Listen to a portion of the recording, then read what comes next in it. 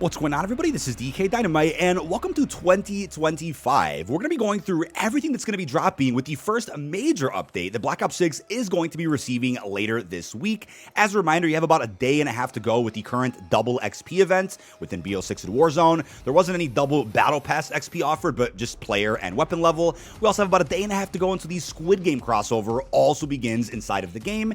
And don't worry, in case you guys didn't finish the Archie's Festival Frenzy event, Treyarch already confirmed they're going to be gifting us all these unlocks for free once the event comes to an end later this week, because the event did release broken. But I'm sure you guys have seen about a dozen memes by now in regards to Black Ops 2 now being a modern title, because we're in the year that this once futuristic Call of Duty takes place in. So yes, you can call it Modern Warfare, but we'll talk more about the future of Call of Duty in just a little bit. As I went over just recently, update 1.65 was added into the PlayStation database. This is going to be the first major update for Black Ops 6 in 2025. This update got found, like, I want to say almost 2 weeks ago, and I actually thought this was going to be the final 2024 update that did contain some scheduled patch notes that we've all been waiting for, but it looks like they bundled all of those scheduled fixes, which we're also going to recap at the end of this video. They've bundled all that with the Squid Game crossover, and I'm assuming they didn't want any of the Squid Games content to leak out early because of the big Netflix deal that Activision currently has going on. So they're like, you know what, just bundle everything together and drop it all on January the 3rd. There's also a new update for Warzone, which hopefully contains some good fixes for ranked and maybe even a slight buff to Ricochet. We know Team Ricochet already confirmed a big buff for the anti-cheats by Season 2 or Season 3. Gonna hope to get things out much sooner than that, because there's a lot of other issues that the game currently has. Either way, if you guys are like, wait, what about the foundation of Black Ops 6 as we know it? Are we gonna get a big overhaul to the game since there's issues with servers, comms bans, shadow banning? Again, there are many things that are currently problematic that Treyarch really isn't in charge of. So we'll have to wait and see again when some big fixes do end up rolling out. But about a day and a half ago, I was expecting maybe a Squid Game blog post talking about a lot of the content we could expect on January the 3rd. Looks like they're not dropping that today, nor did they do it about a day and a half ago when I was last live streaming. They ended up dropping a condensed version of the gameplay trailer that we already saw on Christmas Day. In case you guys are wondering what was going on with the marketing, we still know very little about what is going to be coming to multiplayer, zombies, and Warzone, but we're not too far away from a full-fledged reveal and probably even a gameplay showcase of some sort. But the first bundle of 2025 is indeed the Ultra Skin Fantastic Plastic for about 2,400 COD points. We've gone over this bundle in a previous video that I posted about a week ago, but still a pretty cool ultra reactive skin for Toro, as you will see. Kind of festive or Christmas themed considering the toy soldier theme that the pack actually has. We also get some tracer blueprints, toy time tracers, and shrink wrap death effects in the Compact 92. We also have the MS 85 and even a backup plan melee weapon skin. You're also going to be getting the following finishing move called Chopping Action. Just to remind you, if bundles aren't your thing, I respect that, but you guys know I cover everything here on the channel. We also have the Dance Battle emote.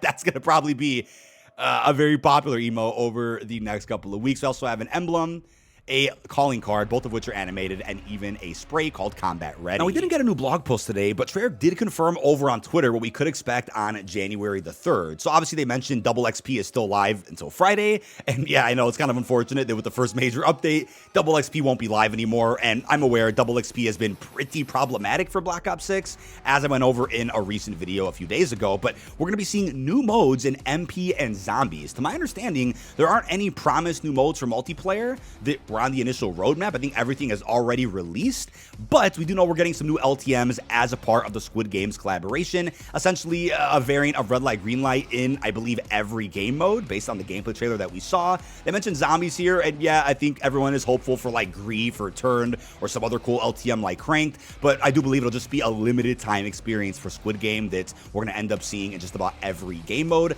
The High Roller wildcard, though, is coming to multiplayer. I'll put an image on screen of exactly what that wild card does do and what it offers. We also have elemental sword buffs in zombies. Thank God the elemental swords in Citadel de Mor are now going to be viable, right? We didn't get an extra upgrade quest for them to make them super OP like we all hoped, but they're going to be buffing them so that they actually feel like real wonder weapons when playing DLC 1. And I wonder what they're going to do against the boss. That'll be a fun experiment that we could end up taking a look at this Friday. Prop hunt improvements. So I'm assuming that means with the actual props themselves, some bugs that people probably noticed, maybe extensions to the timer, and who knows what else. But other Citadel Day more bug fixes, because yes, there are quite a few issues with the map. Nothing substantial to where it's game-breaking, but yeah, obviously we need some fixes. Like I always say with just about every Call of Duty title, at around this time, nearly every game is when you end up seeing a major update rolled out to iron out all the Season 1 issues that the devs didn't have time to fix when the season initially started because of the holiday break. But they also mentioned zombie calling card challenge updates, so that's exciting for certain challenges that aren't currently tracking correctly, and then other after-action improvements,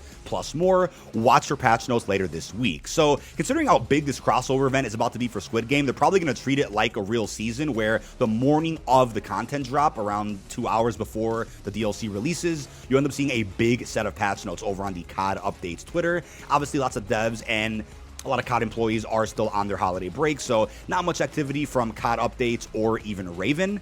But at least Treyarch went ahead and broke some silence today, which is fantastic. With that, though, if you go over to the Trello board for both Black Ops 6 and Warzone, there are plenty, and I mean plenty, of known issues, some of which have fixes scheduled for that you can actually read right now, which is a bit of an early, I guess, showcase of the patch notes that we're probably going to end up seeing as of this Friday. So, as you can see, some players may be returned to the lobby when claiming Archie's Festival Frenzy rewards.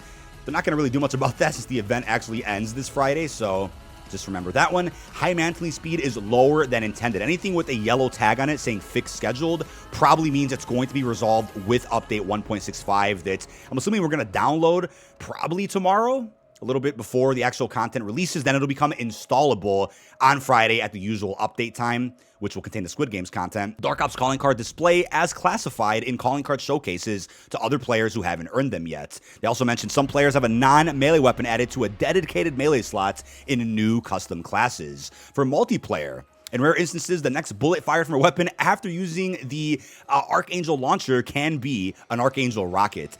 I've seen that issue over online, and I cannot believe it's taken this long to see a fix for it because it's a pretty big issue in multiplayer. Haven't seen it personally in my public matches, but that's still pretty wild that we had to wait a little bit for this one. But either way, at least it's getting fixed. Metal and level up noties are no longer displaying in hardcore. I actually noticed that not too long ago, so I'm assuming anything with an orange tag that says investigating could even be included with update 1.65. Maybe they just didn't update the Trello board yet, or it'll be an additional and separate title update that comes out next week or something. But players notice that some killer calling card challenges do not show their recorded progress in the menus, and players may sometimes notice that progression levels are incorrect in the main menus, and then players may also notice that progression levels are incorrect with the in-game scoreboard. Zombies is a lot of fixes actually scheduled, which is great. So the following calling card challenges are not tracking: Madness Gullible Prestige 6, Old Faithful for Prestige 7, Close Call Prestige 8, and Stupefy for Prestige 10. Vermin can sometimes hit twice with one attack. That's absolutely ridiculous. I think we saw that on Jingle Hells quite a bit, right? And then players are unable to parry an Amalgam's grab with the sword in Citadel. That's meant to be something that you can do. Saving and quitting in solo games before speaking to craft in Citadel can prevent main quest progression after loading the save. I've had this issue where I'll be pretty deep into the Easter egg, save and quit, and then go back in, and all of a sudden, I'm like all the way back towards the beginning of my Easter egg grind, even though I'm on a higher level, which makes the quest pretty tough to do. Main quest progress may not be saved when picking up the Mystic Orb after saving and quitting. I've seen that.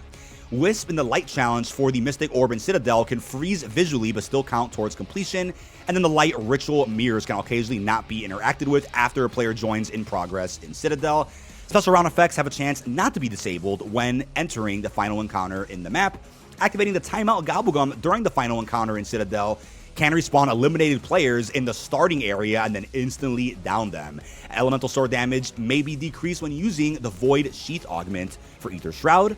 Pretty rough. And then some players can sometimes be unable to pick up the Lightning Rod depending on where it dropped. That's also pretty terrible.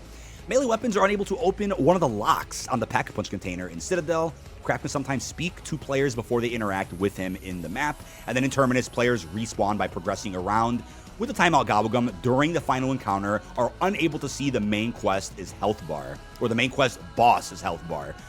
Patient 13. Players lose all in magazine ammo for some weapons when applying armor plates. And then for campaign, you got some known issues there over on, I believe, PC.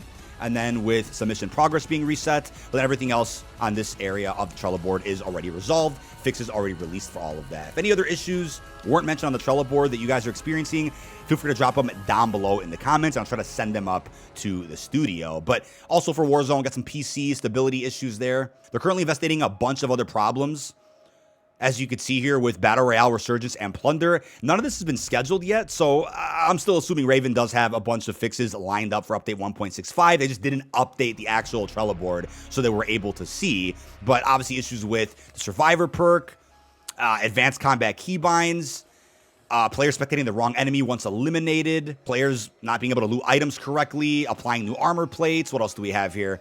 The Reflexes perk description is missing some details, and then quite a bit when it comes to kill streaks, the HUD, and then a bunch of audio issues. Some of these things I think got addressed recently, but I think additional updates are still required to really iron out and polish this new iteration of Warzone, because it's still pretty rough as of now. Body shield got disabled while they investigate a known exploit. They're probably going to bring that back later this week. And then longer than intended queue times in ranked play.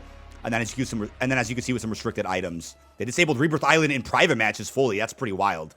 Hopefully they bring that back. That hasn't been playable in almost a month. And then that's just about it when it comes to Warzone. But ladies and gentlemen, that's everything we could expect in the January 3rd update for Black Ops 6 and Warzone. I am fully well aware there are other issues you guys are probably concerned about, in which I'll be making follow-up videos to this one, talking more about what didn't get included in the big title update that we're going to be downloading later this week. With that being said, really hope you guys have enjoyed, and peace out, everybody.